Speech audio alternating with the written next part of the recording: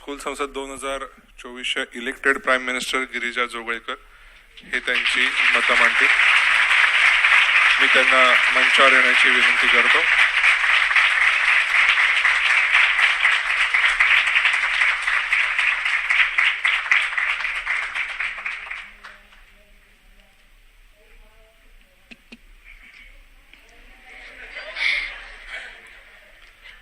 जय हिंद. बाकीच्यांना वोट करून एका आदर्श नागरिकाचा रोल प्ले केला त्या सगळ्यांसाठी जोरदार टाळ्या.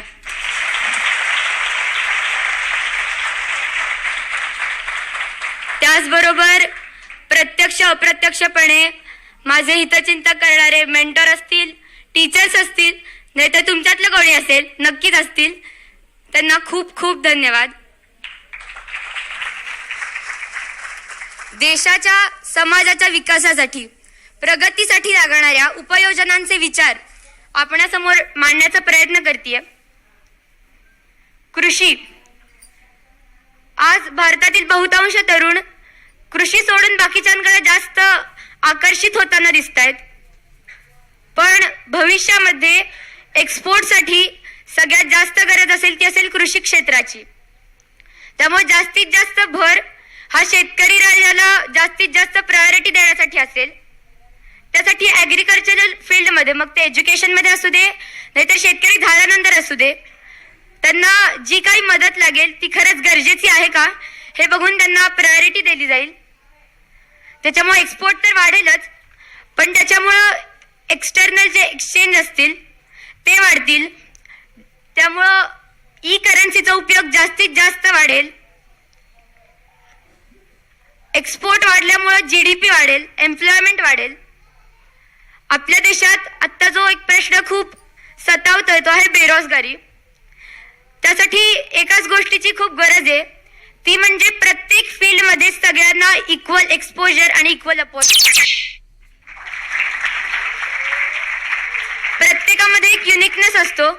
जर आपण सांगितलं की ती फील्ड युनिक आहे, त्याच्यात काही अर्थ नाहीये. प्रत्येकामध्ये एक युनिकनेस आहे, त्याच्यात त्यानं जर बेस्ट दिलं तर कुठलीही फील्ड कमी जास्त नाही म्हणता येणार.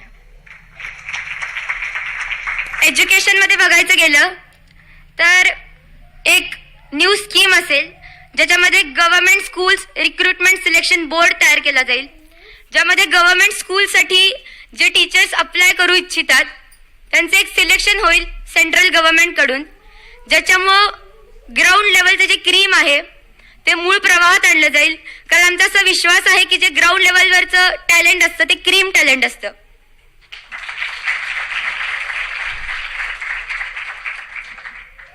हेल्थ फील्डमध्ये बघायचं गेलं तर दुर्गम भागात कमीत कमी वेळात कमीत कमी खर्चात इमर्जन्सी सर्व्हिसेसची जास्तीत जास्त सुविधा होईल आणि टेलिमेडिसिनचा उपयोग नक्कीच तिथं होईल. भारताचं टुरिझम, आपली टॅगलाईन आहे अतिथी देवो भव. आपल्याला आपल्याकडे जे आहे त्याच्यासाठी टुरिझम आणायचंय. जे बाकीच्यांनी येऊन डेव्हलप केले त्याच्यासाठी आपल्याला पॉप्युलॅरिटी नकोय. त्यासाठी आपल्याला मिळालेला सोनेरी इतिहास असू देत, तो जास्तीत जास्त आतापर्यंत न कळलेला पुढे आणता येईल. मग तो गावात मिळालेला शिलालेख का असेना.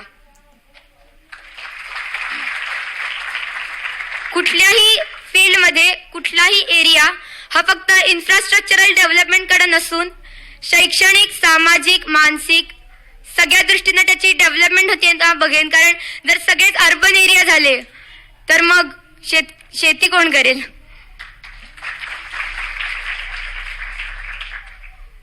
टुरिझम वाढल्यामुळे कल्चरल एक्सचेंज वाढेल. आणि आता सुद्धा आपल्या देशात अशी परिस्थिती आहे की आपलंच कल्चर आपल्याला माहित नसतं, जेव्हा बाकीचे त्याला रिस्पेक्ट करतात.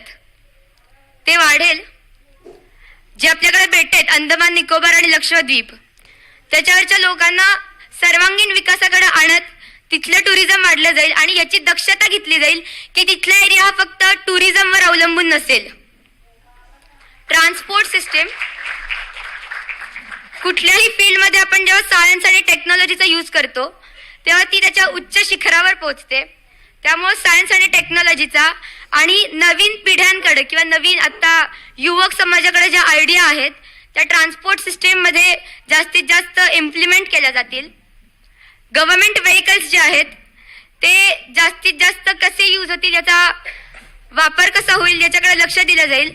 आणि बाकीच्या प्रमाणेच त्याची जी चाचणी असते, ज्याच्यामुळं प्रदूषण नको व्हायला, कार्बन डायऑक्साईड त्याच्यातून जास्तीत जास्त नको बाहेर पडायला, ती चाचणी पहिल्यांदा गव्हर्नमेंट व्हेकल्सची होतीये ना याच्याकडे लक्ष दिलं जाईल. आणि मग प्रायव्हेट व्हेकल्सची होतीये का नाही याच्याकडे लक्ष दिलं जाईल.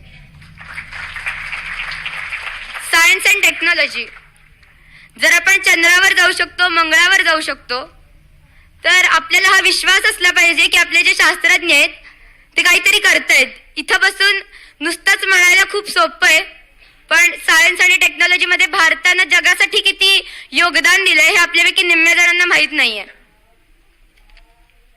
ऊर्जा क्षेत्र, हायड्रो पॉवर, विंड, सोलार, कुठलीही पॉवर असू दे किंवा बायोगॅस, अपारंपरिक ऊर्जा स्त्रोतांना पहिलं प्राधान्य दिलं जाईल.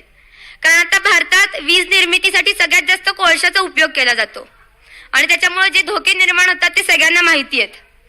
कोळशाचं निर्माण कमी करण्यासाठी जे अपारंपरिक ऊर्जा स्त्रोत आहेत त्यांना पहिलं प्राधान्य दिलं जाईल.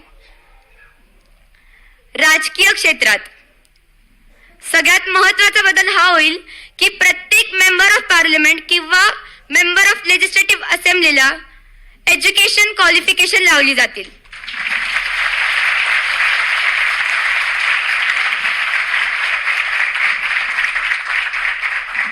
स्पोर्ट्स अँड यूथ, मी म्हटल्याप्रमाणे प्रत्येकाला समान संधी आणि त्या समान संधीचा समान मोबदला मिळाला, रिस्पेक्ट मिळाला, तर त्याला आपण देशासाठी नाही, देशातल्या प्रत्येक लोकांसाठी, त्याच्या विश्वासासाठी काहीतरी करतोय अशी भावना घेऊन तो देशाला रिप्रेझेंट करेल.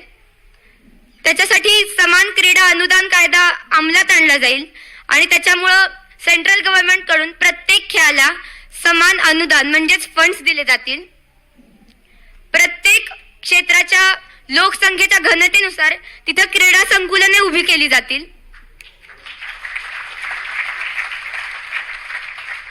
मी काल म्हणलं तसं वुमन एम्पॉवरमेंट भारताच्या इतिहासात बघितलं, मग तर सांस्कृतिक असू दे, स्वातंत्र्य चळवळीतले असू दे, मला आणि देशातल्या प्रत्येकाला असा विश्वास झाला पाहिजे की आपल्या इथं वुमन एम्पॉवरमेंटची गरज नाहीये, कारण आपल्या इथं वुमन ऑलरेडी एम्पॉवर्ड आहेत.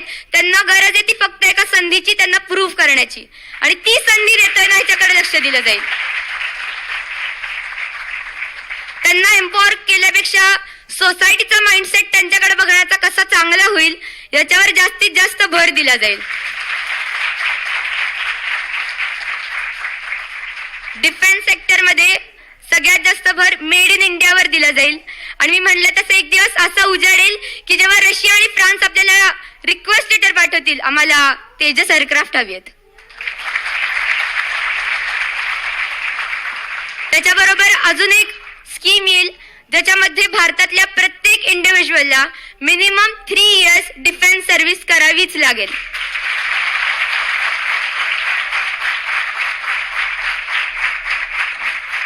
कमीत कमी वेळात सगळ्या क्षेत्रातील बाजू मांडणं थोडं अवघड होतं. ही शिडी प्रचारापुरती मर्यादित नसून भारतातील प्रत्येक नागरिकाचे जीवनमान उंचावण्याचे सामर्थ्य याच पक्षाच्या विचाराचे आहे.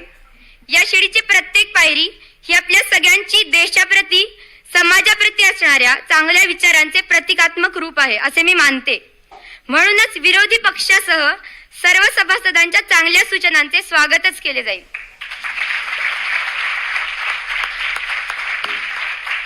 जाता जाता एवढंच म्हणेन, संगज्जध्वम संवद्धध्वम संवो मनासी जनता देवा भावे यथा पूर्वे संजानानम उपासते. अर्थात आपण सर्व एकत्र चालू, प्रगती आणि विकासाच्या रस्त्यावर जगातील दक्षिण टोकापासून उत्तरेपर्यंत, पूर्वेपासून पश्चिमेपर्यंत कोणीही मागे राहणार नाही, कोणीही वेगळे होणार नाही. आपण सर्व एकत्र बोलू, एकत्र चिंतन करू आणि सर्व मिळून ज्ञानाचे सृजन करू, अख्ख्या जगाचे कल्याण करू. भारत एक दिवस विश्वगुरु म्हणून उदयास येईल. धन्यवाद. जय हिंद.